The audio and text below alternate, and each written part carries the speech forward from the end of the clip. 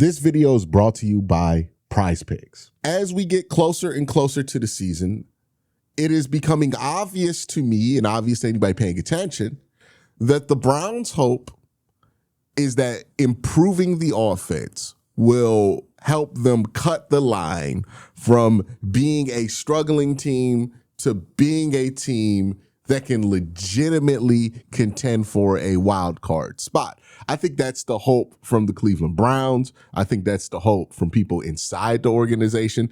And I think that's the hope for a lot of fans. I have my concerns about how realistic that possibility is because there are a lot, and I mean a lot of moving parts in the Cleveland Browns offense.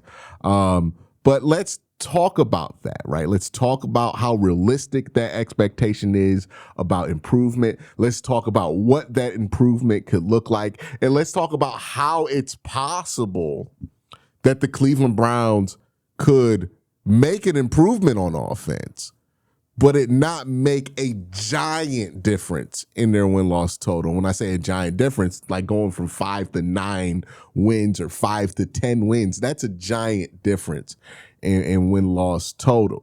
So first, let's talk about the difficulties of the task ahead, right? Because it's easy to hand wave and say to ourselves, the Browns simply improve the offense.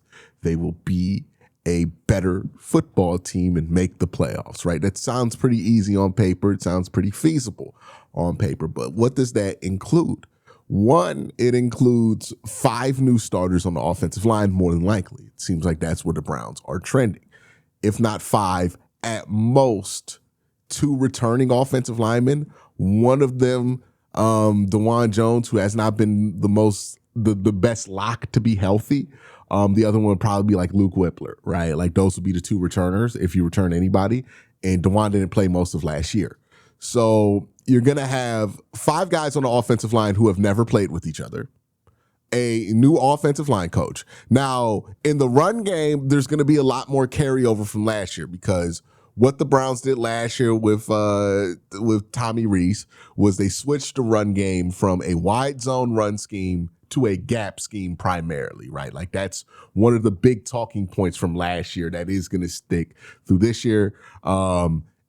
And that's why the Browns had a fullback, not technically like a dedicated fullback on the roster, but they had somebody playing fullback because they were getting into more gap scheme stuff. The way that Todd Monken likes to do things, a lot of counter, a lot of gap scheme. They're going to do a heavy gap scheme offense, right? So that carryover from the offensive line from this year to last year is going to be the same. And depending on where these guys are coming from, right, there's going to be some similarity there, right? Like Zion came from Greg Roman and the Los Angeles Chargers. So there's going to be a lot of carryover in the run game for what you're asking Zion Johnson to do this year to next year. The big difference is going to be the people that he's working alongside with are going to be completely new, right? New center, new tackle for him, completely new offensive line for him. The other thing, like if you look at like Titus Howard, who I think they were a bit more of a wide zone team last year. I would have to double check that to be 100% certain, but I do believe that Houston ran a little bit more wide zone. So a little bit of a scheme change for him in the run game. You look at Elgin Jenkins and what they do in Green Bay, it's a ton of wide zone, right? So it's going to be different. And Elton's going to be going from center to guard more than likely. I know Tony Grossi has asked this question to Browns personnel like a million times. It seems like every answer they get is he'll play guard, but if he needs to, he can play center. Given that this is a good center class and you're probably going to be able to get a starting center in the 3rd or 4th round this year, I heavily anticipate that Jenkins is going to be playing guard. I don't think that's much of a question there, right?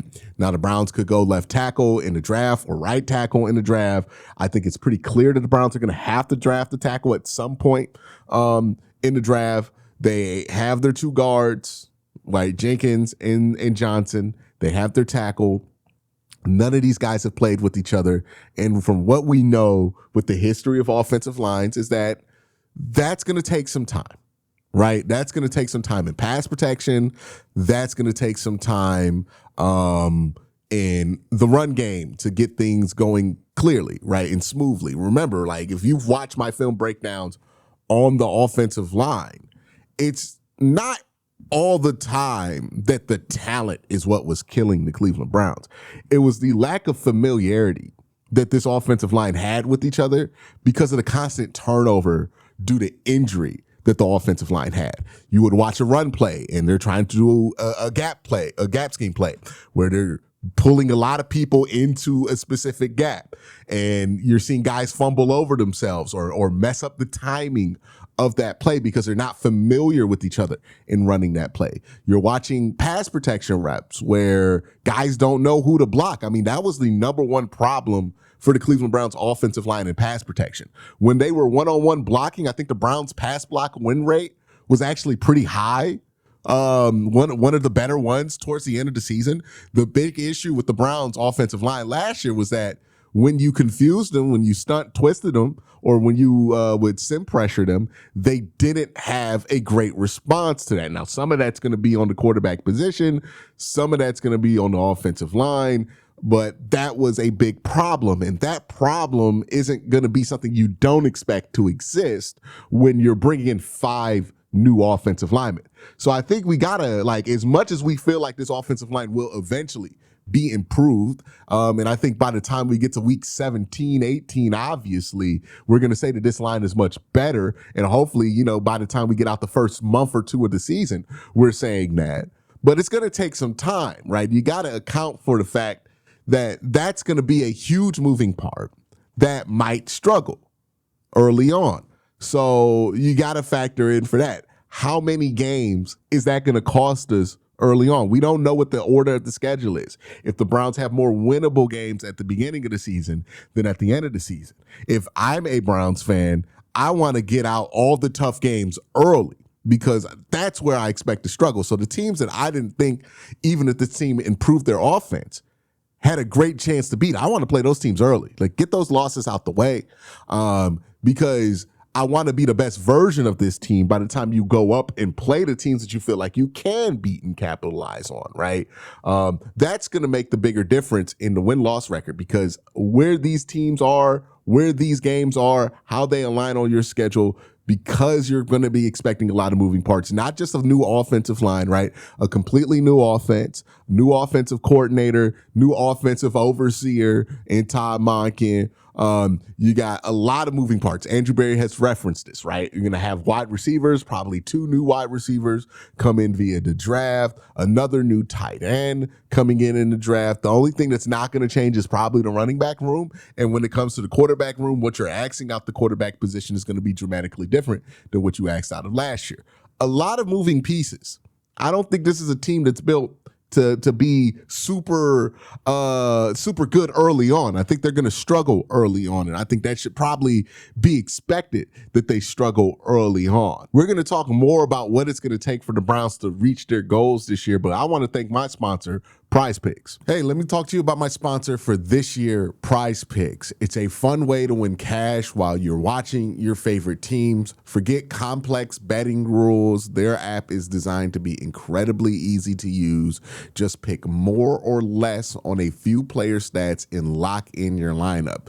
Speaking of, here are my picks for this upcoming NFL season. They have Myles Garrett at 14 sacks here. I think he will get more than 14 sacks.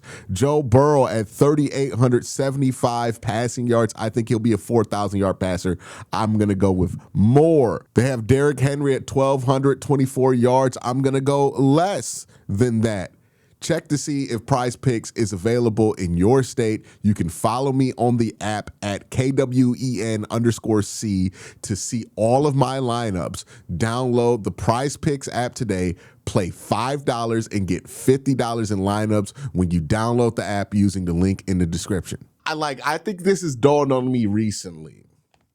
Just the appreciation of the scale of the task here ahead for Todd, right? This is a big job that he has ahead of himself. And because I appreciate the scale of the task ahead of him, I kind of understand why the Browns were really hesitant to go with one of these inexperienced guys, right? Because you're going to be asking Todd to deal with a completely new offensive line and getting that all together. And luckily for Todd, he has George Warhopper, a veteran offensive line coach who can help him with that, right? But you're also asking Todd to revamp this passing game entirely, to restructure how you're going to use these wide receivers, and to figure out if you have a playable quarterback in a quarterback room that was at the bottom of every advanced statistic that we know of last year. The scale of this job is no joke. This is not an easy job here, right? Like if Todd Monken is able to produce a good offense and get to the playoffs this year with what is on his plate at this point of the offseason, I would be legitimately impressed. I don't know if he wins coach of the year, but like this has won coaches coach of the year before because people appreciate the task in front of him. Hell, it won Kevin coach of the year in 2020 and in 2023 because people appreciated the amount of work that needed to be done in order for the Browns to get to a place where they could be competent and win. And that's the thing. The Browns do have a chance to get to a competent place on offense and win. Now, we shouldn't, just because that chance exists, doesn't mean we should just like act like that's going to be easy. It's going to take a lot of work. It's going to be incredibly difficult to get to because, again, we're talking about inexperience at the quarterback position.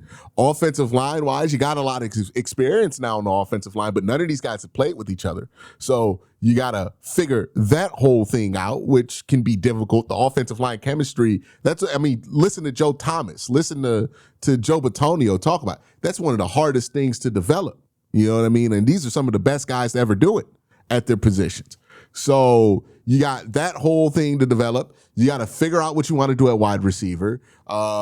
It's difficult. This is not an easy task here, right? It is also possible that if the Browns, because of the way the schedule is laid out, they play their winnable games early.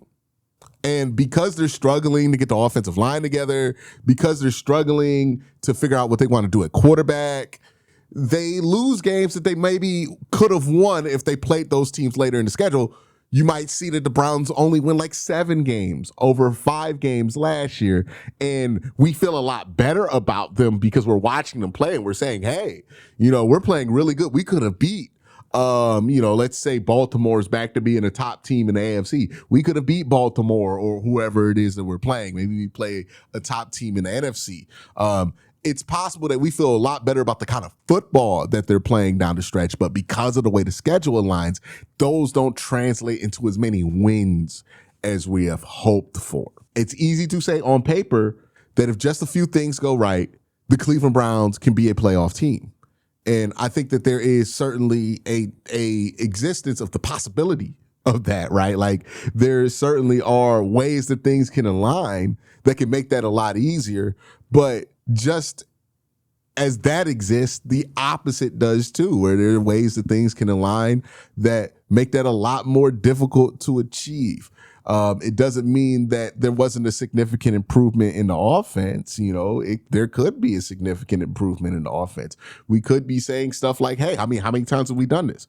Where we're saying, hey, if you look at weeks 10 through 17, look at the offensive improvement, we're on the right track. But because maybe injury or maybe it's chemistry or whatever it is, there was that delay in being able to see that improvement. It didn't translate into a ton of wins.